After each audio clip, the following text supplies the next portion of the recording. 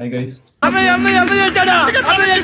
ప్రభాస్ నటించిన కల్కి 2898 AD directed by Nagashwin. ఇంకా main characters Amitabh Bachchan as Ashwatthama, Kamal Haasan as Kali and Deepika Padukone, Rajendra Prasad, ఇంకా చాలా మంది మనం ఊహించిన క్యారెక్టర్స్ కూడా ఉన్నాయి. మూవీ హైలైట్స్ వచ్చేసి విజువల్ ఎఫెక్ట్స్ సూపర్ గా ఉన్నాయి. విత్ ఇన్ బడ్జెట్ లో హాలీవుడ్ కి ఏమాత్రం తగ్గకుండా చూపించారు. Movie taking next level.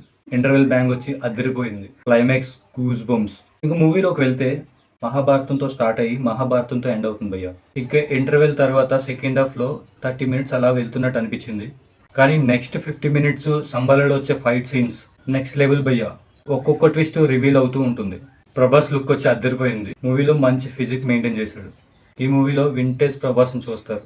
And final conclusion ఏంటంటే మన మైథాలజీస్ ని ఫ్యూచరిస్టిక్ గా చూపిస్తూ అండ్ ప్రభాస్ లుక్స్ కి, మూవీలో విజువల్ వండర్స్ కి, సెకండ్ హాఫ్ లో వచ్చే 50 minutes ఫైట్ సీక్వెన్స్ కి డెఫినెట్ గా థియేటర్ లో చూడాల్సిన మూవీ.